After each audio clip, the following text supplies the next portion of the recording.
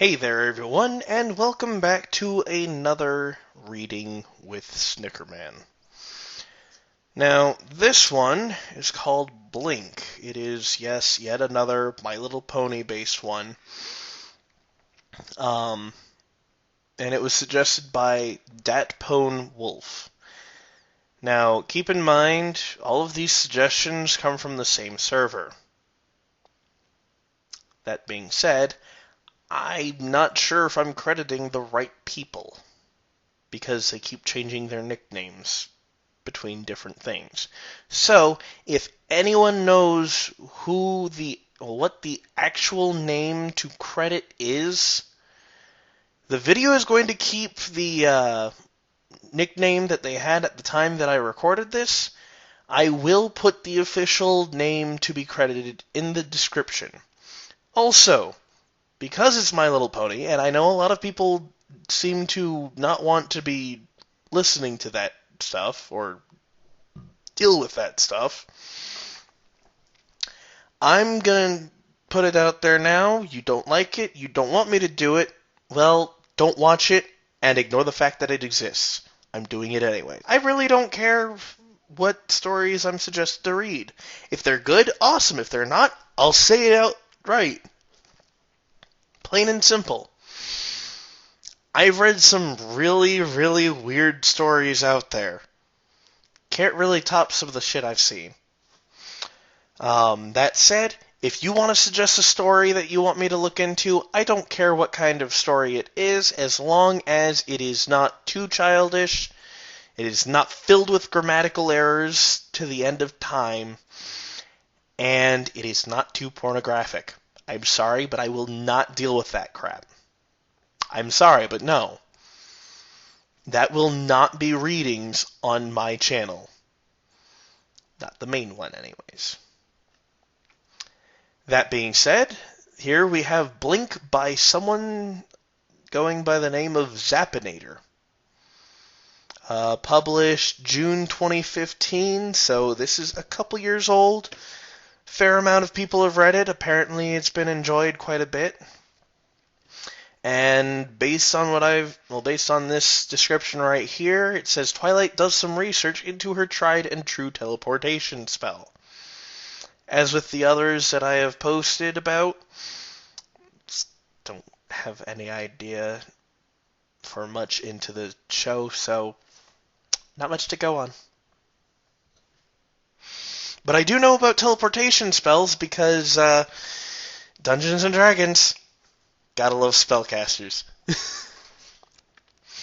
Twilight missed her old laboratory. The basement of the Golden Oaks Library hadn't been a state-of-the-art lab by any means, but it had been her lab. She was familiar with it.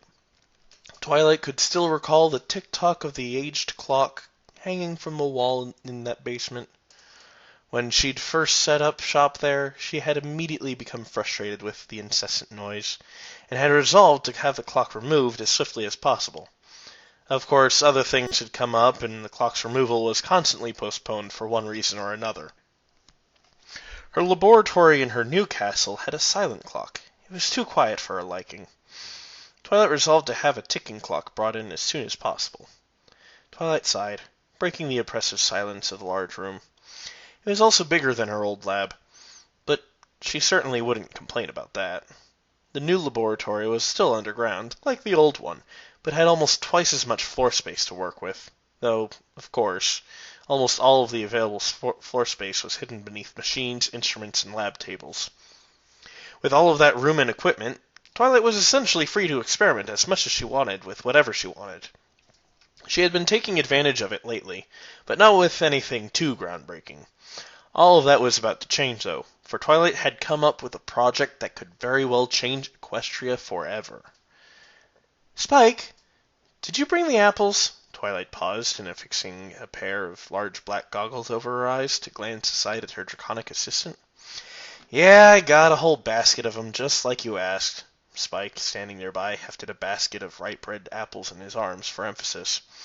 Still not sure exactly why you needed these, though, he muttered. Twilight cast a sidelong look his way. Did I not explain what we're doing today? Not at all, Spike deadpanned. "You leapt out of bed shouting something about solving Equestria and then disappeared downstairs. Frankly, you're lucky I was able to make out 1 bushel of apples from all the incoherent rambling you were doing." Twilight grimaced and rubbed the back of her neck sheepishly. I suppose I was less awake than I remember. Sorry about that." Spike shrugged. "Whatever. So, what are we doing?" Twilight instantly brightened, and she turned to fully face Spike with an excited grin. "Teleportation!" Spike stared expectantly. When nothing else seemed forthcoming, he sighed and scratched his head with one claw. "Okay, I don't get it. You teleport all the time. What's so special about that?" "That's just it, Spike," Twilight pointed out with a raised hoof. "I teleport all the time. Haven't you ever noticed that nobody else does?" Spike blinked. "Hey, yeah, now that you mention it. I don't think I've seen any other unicorns use that spell. Why is that?" "The answer is simple enough, and is also the problem I aim to solve." Twilight nodded proudly. "Put bluntly, it simply takes too much magical power. There are very few unicorns in the world that can output the kind of magic required for the spell, and those that are powerful enough might not even know the spell, since it is actually extremely rare." "Rare?" Spike asked. "Yes," Twilight nodded absently. "It's curious, actually. You won't find teleportation in any major textbook or grimoire. I was fortunate enough to have access to the Royal Canterlot Library, and even then I only ever stumbled across one ancient tome that contained the spell." Twilight tapped her chin and hummed in thought for a moment, but quickly shook her head and refocused. "But that's neither here nor there. The real problem is power consumption, as I already mentioned. I've always sort of taken for granted that I was even able to cast a spell. But now that I have access to such state-of-the-art magical science equipment, not to mention an increase in my own magical power, I should be able to do even more than that." Her eyes gleamed as her grin grew wider still. "I should, in theory, be able to disassemble it." Twilight grinned at Spike. Spike stared back evenly. The room was utterly silent, and suddenly Spike missed the old clock as much as Twilight did. Finally, when the silence was just stretching into awkward territory, Spike set down the basket of apples and turned back to Twilight with his arms crossed. "Cool." Twilight blinked. "Cool?" "Yeah, cool." "Cool?" "Yeah, Spike, this is so much more than just cool. This is world-changing." Twilight was leaning forward so much that her horn was nearly brushing against Spike's spines. "Okay, firstly," Spike used one finger to gently push Twilight away from him, "you change the world, like, once a week, so forgive me for not being too excited about that." He crossed his arms once more and offered a shrug. "And secondly, I still don't understand why teleportation is such a big deal, whether you disseminate it or not." "Disassemble, Spike, but you make a fair point." Spike blinked. "I do?" "Yes, I did forget to explain why this is important." "Oh." Twilight brightened up once more, and she began pacing as she explained in a rapid tone.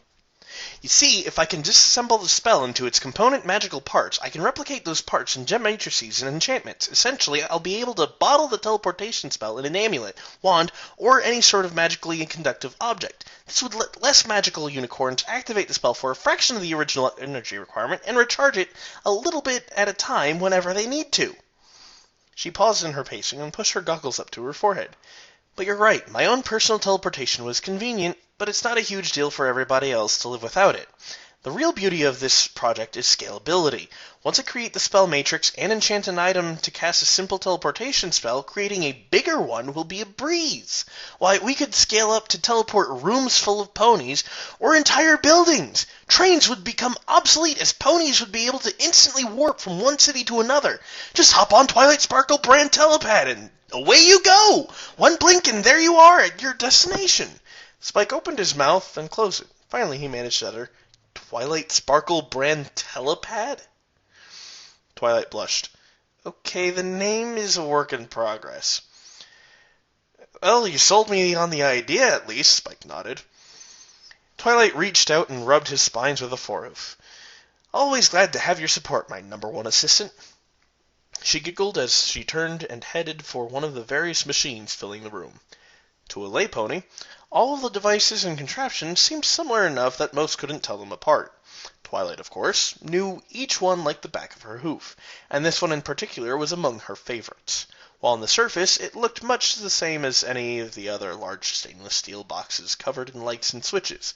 The magic auto-analyzer was absolutely vital to her experiment, and... No, wait, she was turning on this full-spectrum aura detector. The auto-analyzer was 2 machines over. Fortunately for her dignity, it seemed Spike hadn't noticed. "Hey, Twilight, I thought you needed the beep whoosh machine first," Spike pointed out ever so helpfully.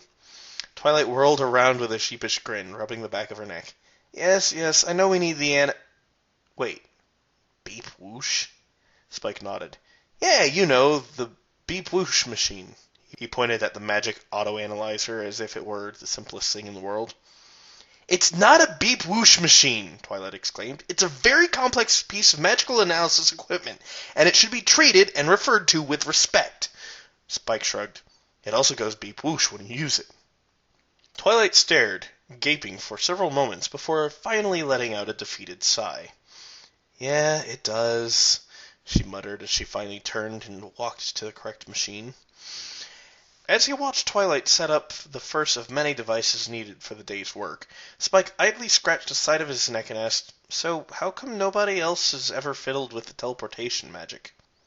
Twilight flipped several switches in order, and responded without pausing in the startup sequence.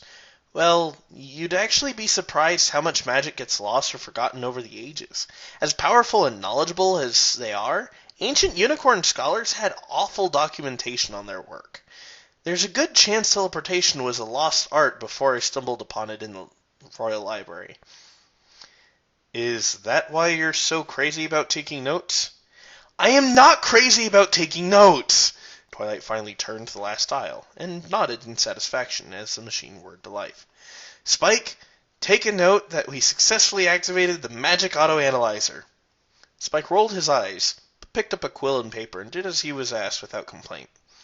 The next few minutes were spent activating several more machines around the room, and setting up the materials. Twilight laid out several different magic-conducting materials, including a few gemstones on a lab table in the center of the room. She also included a few basic spell matrix templates for reference, and the bushel of apples for testing. Spike brought out a fire extinguisher, just in case. For starters, Twilight simply placed an apple on a small metal platform attached to one of the machines, and teleported the apple across the room with a quick flash of magic. The machine instantly made a beep whoosh sound and began printing a long and detailed graph. Twilight grinned. It was going to be a good day. About an hour later, and many more apples teleported across many different machines, the experiment was going swimmingly. The room smelled of ozone, and a static tingle in the air caused some of Twilight's mane to stick out erratically. "Spike, I think we're ready for me to begin my own analysis of the gathered data," Twilight announced, pushing her goggles up to her forehead. "Finally!" Spike threw his arms in the air. At a swift glare from Twilight, he smiled sheepishly and kicked one foot against the floor. That sounds awesome, Twilight. I can't wait to get started." Twilight sighed. "You can take a break, Spike. Your note-taking has been invaluable, but I can handle this next part on my own." "Are you sure you don't need my help?" Spike very much hoped she didn't. Twilight couldn't help her affectionate smile when he offered anyway. "Positive." "All right!" Spike tossed all the notes he had taken onto a lab table and quickly scurried out of the room and up the stairs. Twilight shook her head with a chuckle. Spike made for a wonderful assistant and an even better friend, but he was still a kid at heart. It was easy to forget that with how much he took care of Twilight on a regular basis. Refocusing on her work, Twilight lit her horn and swiftly laid out all the useful information she'd gathered in the form of countless printouts and data sheets. She had to pull 3 tables together just to accommodate it all, but in the end she was able to quickly reference any data she might need to understand the spell at a fundamental level. Once she could identify each component spell on its own, she would be able to create matrices for them, and eventually set them up to work in unison to cast the larger, more complex teleportation spell. Her excitement to spend the next few hours poring over paperwork was palpable. Twilight was an odd mare. The first bit was spent simply dividing the spell into its apparent parts based on the energy consumption and focus, without really knowing what those parts did. Much to Twilight's surprise, the spell seemed to be composed of very few pieces. Unless she was missing something, there were only 4 sub-spells forming the teleportation spell itself. Such development was unexpected, to say the least. Twilight had fully expected dozens of interwoven pieces, if only to explain the massive power requirement for the spell. Even something as simple as a mustache creation spell had a dozen components, and the wing spell she'd cast on Rarity had hundreds, though admittedly a good number of those components were simply several layers of redundant safety measures. Twilight blinked. No, that would be absurd, she muttered under her breath. Surely if the teleportation spell was created with no safety measures in place, she would have noticed. Still, it couldn't hurt to check. Twilight quickly analyzed the areas of the spell that she designated as the 4 components. The first, second, and fourth consumed the majority of the power. In fact, the third sub-spell seemed almost simple by comparison. She didn't look too closely for now, though, instead simply examining them for any sort of recognizable features that would identify some sort of safety mechanism. As much as she hadn't wanted it to be true, Twilight couldn't say she was terribly surprised by what she found. To be more precise, what she didn't find. It was precisely as she'd suspected. None of the 4 components even slightly resembled safety measures. Twilight sat down and leaned back, exhaling a long breath. She had to have been incredibly lucky, especially with the energy levels at play. There were a lot of ways spellcasting could go wrong, and going without proper safety precautions was just asking for trouble. It was odd, though. Twilight had cast unsafe spells before, when she was still learning, and she had never been perfect at it. At the very least, she'd come out with a headache or slight nosebleed each time, though never anything really bad. Yet somehow, she had apparently been casting a massively powerful spell for years, completely lacking in any sort of safety, and come out completely unscathed. It just didn't make any logical sense, yet there it was. Twilight decided that further analysis was the only course of action, so she dove back into the data. First things first, she had to go more detailed for each individual part of the spell. The first portion consumed the most energy, and was the most complex. With a bit of work, Twilight was able to isolate it and examine it. From what she could tell, it was an analysis spell. What's more, it was the single most comprehensive analysis spell she'd ever seen.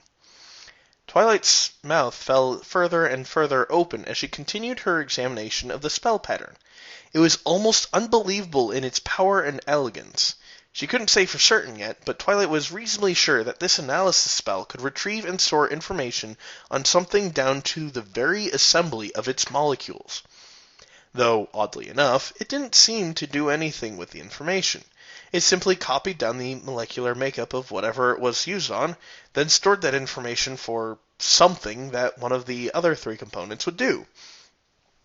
Strange, but not altogether enlightening. Twilight moved on to the next component. The next one consumed considerably less energy, but still a lot. At first glance, it seemed almost similar to a come-to-life spell, but with a few notable changes. It didn't function by attaching itself to an object, but rather attached itself to itself, or rather to the teleportation spell as a whole. It seemed that this component would actually cause the spell to be autonomous, if only for a moment, and complete casting itself without any required input from the caster. It wasn't a completely alien concept, but Twilight had never really seen a use for the idea. Still strange, and still frustratingly far from completing Twilight's understanding of how the spell functioned. Twilight sighed and rubbed her hooves over her tired eyes, then shuffled her papers around and moved on to the next component. The next one was... Twilight blinked. What? She read the printout again, then a third time just to be sure. Still, her mind was having a hard time accepting the information it was presented with. Twilight could feel a headache coming on, as she forced herself to complete what was quickly becoming an absurd yet terrifying analysis. The next one was a strangely simple destruction spell. Nothing fancy, nothing flashy, just complete matter erasure on an atomic level. It was the sort of thing one learned not to do, pretty much back in Magic Kindergarten, and the importance of not doing it was reinforced for the remainder of one's magical education. Such spells were so dangerous that even the Royal Guard was prohibited from using them for defense. There was a good reason such spells were almost universally banned. They didn't simply destroy matter, they erased it. It wasn't disintegration or combustion or any spell that a sane unicorn would use to dispose of something. Matter erasure was an order of magnitude more dangerous than either of those. And Twilight had no idea what it was being used for in her teleportation spell. Desperate for some answer, she quickly examined the final piece of the spell. She could only hope that it would tie everything together in a sensible way. Unfortunately, it did precisely that. The final portion of the spell was an extremely powerful conjuring spell. It used the information stored by the initial analysis spell and was controlled by the come to life spell to create an exact replica of the object on which the spell was cast. This only happened after said object was completely and utterly destroyed and erased from existence. The table in front of Twilight grew blurry and indistinct. Blackness crept into the edges of her vision, and she felt moments away from throwing up. It all pieced together perfectly. She desperately wished, that it wasn't so clearly laid out, but there was no mistaking it. The spell didn't teleport anything. It never had. The spell would scan any object, destroy it, and create an exact replica of the original object in a new place. All over a few milliseconds, of course. The new replica would retain all the same memories since the scan was detailed enough to include everything, right down to the brain chemistry. Not that the thought was very comforting. I've killed myself? Twilight's voice was so tiny she wasn't even sure it was hers. Then again, it really wasn't hers technically. It belonged to a replica, one of hundreds and hundreds of precise, exact replicas of a mare named Twilight Sparkle. A mare that had killed herself shortly after discovering a new spell in an old dusty book she found in the Royal Canterlot Library. So many times. She'd cast the spell so many times without any care at all. It explained why the lack of safety measures hadn't been a concern, at least. The only pony at risk was the one casting the spell, and, well, that pony would be erased from existence before any safety concerns would arise. What happened to all the replicas that had been erased over the years? Had she just disproven the existence of a soul? Or was there an afterlife somewhere filled with countless Twilight Sparkles? Not to mention her friends. All of them had been teleported at least a couple times. They, like her, were no longer their original selves, but mere perfect replicas. Even Spike. "Hey, Twilight!"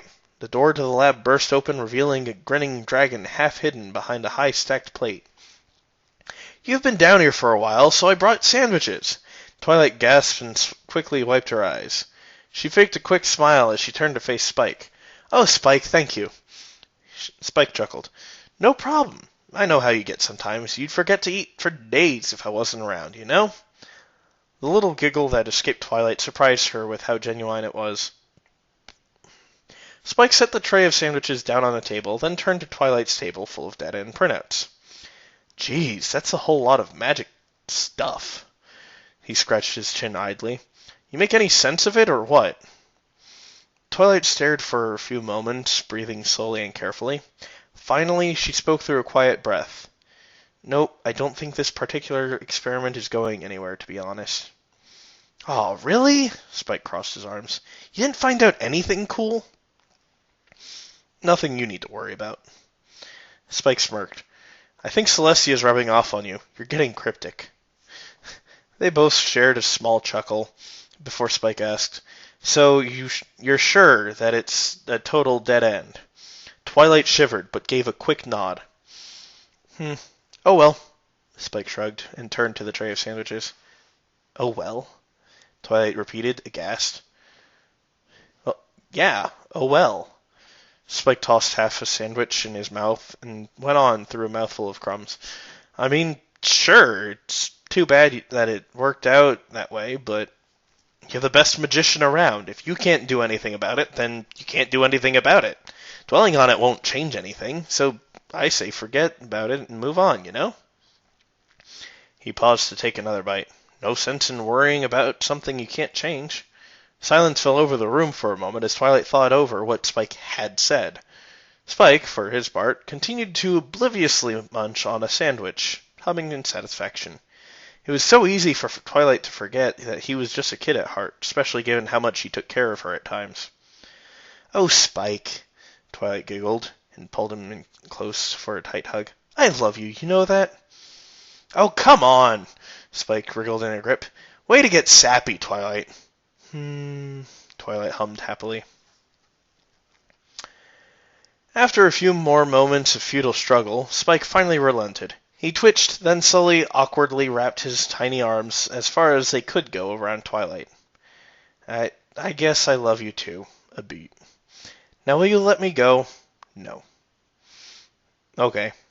Spike buried his face in the soft fur of Twilight's chest, but only so that she wouldn't see the dumb smile and warm blush adorning his face.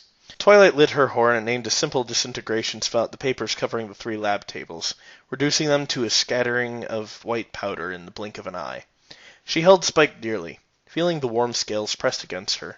He was real, she was real, and that's all that mattered. Okay, so there's a lot to be analyzed in that, and unfortunately I am not a magic knowledge spout, but I know someone who is, so I'll have to send this to him and get him to do something about that. But that is an interesting thing, because it's the same way. It takes the same concept as teleportation through scientific means, like the teleportation used in, say, Star Trek, and the same problems that there is for that. Because as we understand teleportation right now, in order for us to do teleportation, you would have to have some kind of long-distance information sending, and send the full information of the human that was just taken into the computer on one end and send it to the other computer on the other end so that they could come in. The problem with it is if you're trying to teleport someone who is not at a computer for teleportation, you would need something that would read the person from long range, scan them, destroy them as it's scanning, and copying every single tiny bit of data about them to such great detail. You would need over 7 million times the scale of supercomputer on just one end minimum to even be able to hope you get down all the information and scan at high enough speed that the person doesn't die midway through. And you effectively kill the person at one spot and create a copy of them in the new spot. And as has been done through game theorists,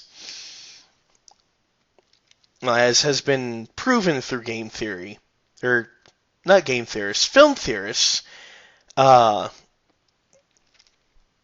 something like that, the problem is you'd have to relearn everything because it's a chemical reaction to the constant various things that actually make the brain connect in certain ways, so you actually have memories on how to do this, that, and the other. For example, just lifting your hand, moving a single part of your body. So,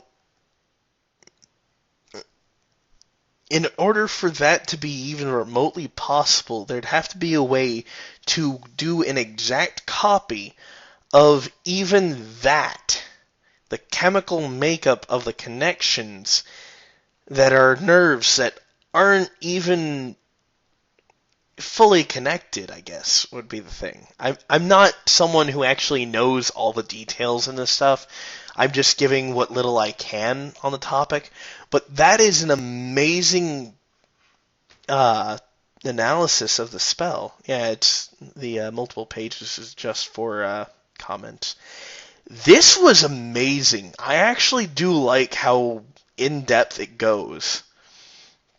Now, I don't think it's as simple as only 4 spells, especially since, I'm sorry, but a simple come-to-life spell. A simple come-to-life spell requires animation and various other things, I'm sure, so it should have been able to be split up between various other things. Same thing with a destruction spell and various other, and all the other components. So all of those should have been able to go into much more detail. Same token, with how it was, that would have caused a much longer story, and that story is great as is. So, I liked it. And it's not really horror, it's not really tragedy. It really is a philosophical kind of thing. So I hope you guys enjoyed if you stayed through to the end. Again, if you want me to read something, just suggest it to me. I don't care how. You can tweet to me at Snickerman1991 or at CP Jackalrock. They're in the description below. You can post it in the comments section below. You can direct message me over frickin' YouTube. I don't care any which way. Suggest whatever you want. Just remember, no pornography. And I shall see you guys in the next video. Bye!